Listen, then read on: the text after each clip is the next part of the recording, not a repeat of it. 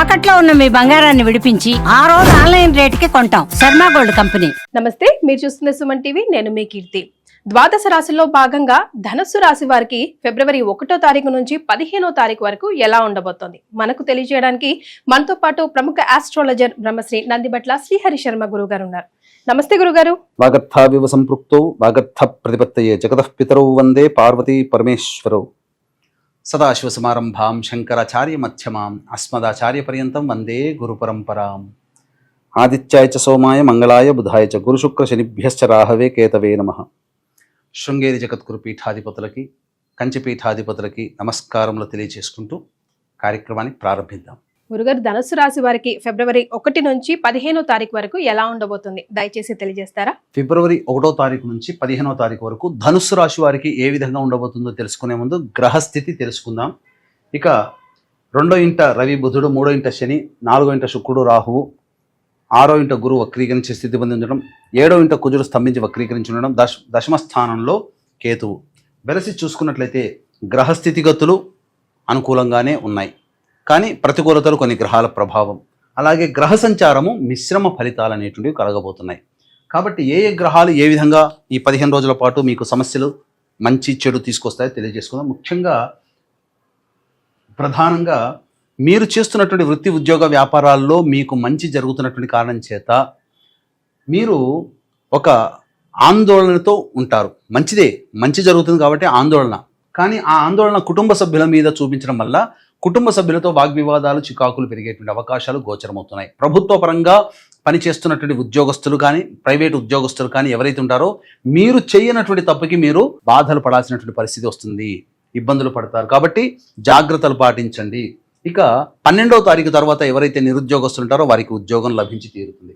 ఇక ముఖ్యంగా చూసుకున్నట్లయితే తృతీయ సంచార ప్రభావం చేత ఈ యొక్క కింది స్థాయి ఉద్యోగస్తుల సహాయ సహకారాలతో మీకున్నటువంటి పనులన్నీ కూడా పూర్తి చేసుకుంటారు. అన్ని విధాలుగా ఆనందదాయకంగా ఉంటుంది. మీకు ధనపరమైనటువంటి సమస్యలు చాలా మటుకు ఈ యొక్క శని ప్రభావం వలన తగ్గుతాయని చెప్పవచ్చు. ఇక 4వ ఇంట శుక్రుడు రాహువు ప్రధానంగా వెరసి చూసుకున్నట్లయితే మీరు ఏదైనా కానీ ఇతర మతస్థుల ప్రార్థనా మందిరాల దగ్గర కానీ, శ్మశానం దగ్గర కానీ నడిచేటప్పుడు జాగ్రత్తలు పాటించండి. ఎందుకంటే కొంత నెగటివ్ ఫోర్స్ మీకు ఇంట్లో ప్రవేశించే అవకాశం ఆ కారణం చేత ఉన్నది. అలాగే గృహ సంబంధమైనటువంటి విషయాలు ఏవైతే ఉంటాయో వాటన్నిటినీ కూడాను చర్చించుకుంటారు. మరియు నూతన గృహ కొనుగోలుకి లేదా గృహ మార్పులకి సూచిస్తుంది ఈ 1వ తారీఖు నుంచి 15వ తారీఖు లోపల. కాబట్టి జాగ్రత్తలు పాటించండి.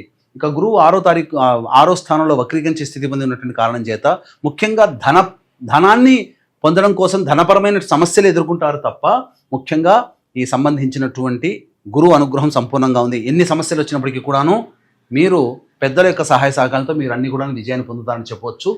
ఇక ముఖ్యంగా కుజుడు 7వ స్థానంలో వక్రీకరించి స్తంభించి ఉన్నటువంటి కారణం చేత పైకి మాత్రం డాంబికంగా కనబడేటువంటి అవకాశాలు ఎక్కువ గోచరం ఉంటాయి, కానీ లోపల భయం ఏం జరగబోతుందో.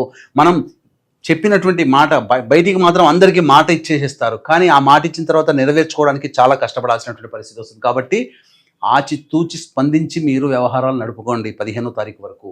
10వ స్థానంలో కేతు యొక్క ప్రభావం, 4వ స్థానంలో రాహు. ప్రధానంగా వెరసి చూసినట్లయితే ఏ ప్రయత్నంలో ఉన్నప్పటికీ కూడా ఆ ప్రయత్నంలో వెనకడుగు అనేటువంటిది కలుగుతుంది. కాబట్టి దైవానుగ్రహంతో ఆ ప్రయత్నాలను విజయాలు పొందే ప్రయత్నం చేసుకుంటే మంచి జరుగుతుందని చెప్పవచ్చు. ఇక గమనించుకున్నట్లయితే ఏ రంగంలో ఉన్నటువంటి వారికి మంచి చెడు జరగబోతుంది. ముఖ్యంగా ప్రభుత్వ పరమైనటువంటివి, ఉద్యోగపరంగా ఉన్నటువంటి వాళ్ళు మాత్రం జాగ్రత్తలు పాటించాలి. ఇతరులతో మాట్లాడేటప్పుడు జాగ్రత్తలు పాటించండి, లౌక్యాన్ని ప్రదర్శించండి. 12వ తారీఖు తర్వాత మాత్రం నిరుద్యోగస్తులకి ఉద్యోగం లభించి తీరుతుంది. అలాగే బదిలీలకు సంబంధించినటువంటి, ప్రమోషన్ సంబంధించినటువంటి వ్యవహారాలు ఏవైతే ఉంటాయో అవన్నీ 12వ తారీఖు తర్వాత చర్చకు రావడం, అవి మీకు అనుకూలంగా తీర్పు రావడం అనేటువంటిది చకచకా జరిగిపోతాయి. 4వ ఇంట ప్రధానంగా చూసుకున్నట్లయితే ఈ యొక్క న్యాయవాద సంబంధించినటువంటి వ్యవస్థలో ఉన్నటువంటి వాళ్ళు జాగ్రత్తలు పాటించండి. ఎదుటి వాళ్ళకి మీరు సేవ చేసేటప్పుడు ఉచితంగా సేవ చేయడం అనేది మానుకోండి. ఎందుకంటే మీ దగ్గర ఉచితంగా సేవ తీసుకొని మీకు డబ్బు ఎగ్గొట్టే వాళ్ళే ఈ న్యాయవాద వృత్తిలో ఉన్న వాళ్ళు 15వ తారీఖు లోపల మీకు గోచరం అవుతారు. జాగ్రత్తలు పాటించండి. అలాగే ఈ సంబంధించినటువంటి రైతులు సాధారణ పంటల జోలికి వెళ్ళండి. ఎందుకంటే వేరే పంటలు, మనకు తెలవని పంటల జోలికి వెళితే ఖచ్చితంగా మీరు అప్పు చేయాల్సినటువంటి పరిస్థితులు వస్తాయి. కాబట్టి సాధ్యమైనంత వరకు అప్పు చేయకుండా మీ పనులు పూర్తి చేసుకునే విషయాన్ని రైతులు గమనించుకోవాలి. ఇక రియల్ ఎస్టేట్ రంగంలో ఉన్నటువంటి వారు వ్యాపార విస్తరణ చేయాలని అనుకుంటారు, కానీ ఆ వ్యాపార విస్తరణకి ఖచ్చితంగా లోన్కి వెళ్లాల్సినటువంటి పరిస్థితి. కాబట్టి 1కి 4 సార్లు ఆలోచించి వ్యాపార విస్తరణ చేసుకుంటే చాలా మంచిదనేటువంటి విషయాన్ని గమనించుకోవాలి. ఇక కింది స్థాయి ఉద్యోగస్తులు ఎవరైతే ఉంటారో అనగా క్లాస్ 4 ఎంప్లాయీస్ కానీ, ఇనుము స్టీల్ రంగంలో ఉన్నటువంటి వాళ్ళు, చర్ము తోలు వ్యాపారస్తులు, అలాగే ప్లాస్టిక్ ఇండస్ట్రీ, పెట్రోల్ రంగంలో ఉన్నటువంటి వాళ్ళు, అలాగే ఈ సంబంధించినటువంటి దిగువ స్థాయి ఉద్యోగస్తులు, నూనె విక్రేతలు ఎవరైతే ఉంటారో, మెకానికల్, ఆటో రంగంలో ఉన్నటువంటి వాళ్ళు, వీళ్ళందరికీ కూడాను ధనాదాయం చాలా చక్కగా ఉంటుంది. నూతన వ్యక్తుల యొక్క పరిచయ ప్రభావం మీ జీవితంలో పైకి ఎదగడానికి మంచి జరిగేటువంటి అవకాశాలు గోచరం అవుతుందని చెప్పవచ్చు. ఇక ప్రధానంగా చూసుకున్నట్లయితే రియల్ ఎస్టేట్ రంగం చెప్పుకున్నాం కదా. ఇక ప్రధానంగా ఎడ్యుకేషనల్ ఇన్స్టిట్యూషన్స్, జ్యువెలరీ రంగంలో, ఆర్నమెంట్ రంగంలో ఉన్నటువంటి వాళ్ళు, అలాగే ఫుడ్కు సంబంధించినటువంటి hotels, restaurants, super markets, FMCG products, అలాగే తోపుడు బండ్ల వ్యాపారస్తులు, కర్రీ పాయింట్స్ నడిపేటువంటి వాళ్ళు, పూజా స్టోర్స్, అలాగే తీర్థయాత్రలు చేసేటువంటి వాళ్ళు ఎవరైతే ఉంటారో, అనగా ఫుడ్కు సంబంధించినటువంటి వాళ్ళు ఎవరైతే ఉంటారో, అలాగే పెద్ద తరహాగా బాధ్యతల కోసం ఎవరైతే ఎదురు చూస్తున్నారో వాళ్ళకందరికీ కూడాను కొంత ఇబ్బందికర పరిస్థితులు అనేటువంటివి ఉంటాయి. మిశ్రమమైనటువంటి ఫలితాలు పొందుతారు. మీ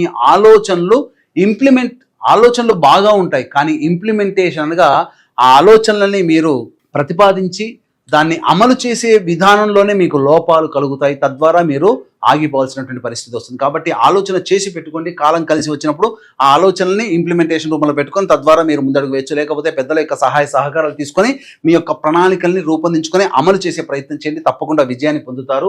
ఏతావాత చెప్పొచ్చేది ఏమిటంటే, ఏ రంగంలో ఉన్నటువంటి వారికైనా కానీ మిశ్రమ ఫలితాలు అనేటువంటివి ఉంటాయి. అయితే ప్రధానంగా ఏ రోజుల్లో మంచి జరుగుతుంది, ఏ రోజుల్లో చెడు, ఏ రోజుల్లో సంతోషము బాధలు ఉంటాయనే విషయాల గురించి తెలుసుకునే ముందు వీక్షించేటువంటి ప్రేక్షకులకి గమనిక. ఈ నెల 12వ తారీఖు రోజున అనగా మాఘ పౌర్ణమి రోజున ప్రస్తుతం 144 ఏళ్లకి ఒకసారి జరుగుతున్నటువంటి కుంభమేళ త్రివేణి సంగమం ప్రయాగ్రాజ్ క్షేత్రంలో జాతకరీత్యా కలుగు విద్య, వివాహ, ఉద్యోగ, దాంపత్య, సంతాన, అనారోగ్య సమస్యల నివారణకి, అలాగే గత జన్మ కర్మదోషాలు ఉంటేనే ఈ జన్మలో సమస్యలు ఎదుర్కొంటాం కాబట్టి గత జన్మ కర్మదోష నివారణ, తిల హోమాలు, ఈ 2025 సంవత్సరం శనీశ్వరుడు అన్ని రాశుల వారికి కూడాను ఇబ్బందికరంగా మారుతున్నాడు కాబట్టి శనిదోష పరిహారార్థమే శనిశ్చర నివారణ హోమాలు అనేటువంటి పర్ హెడ్ 2100 రూపాయలకి చేయించడం జరుగుతుంది. అలాగే మనకు పుష్కరాలు ఎలాగో కుంభమేళ అలాగే. కావున పెద్దల యొక్క ఆత్మతృప్తి కోసమై పిండ ప్రధాన కార్యక్రమాలు బ్రాహ్మణుని కర్తగా పెట్టి చేయించడం జరుగుతుంది.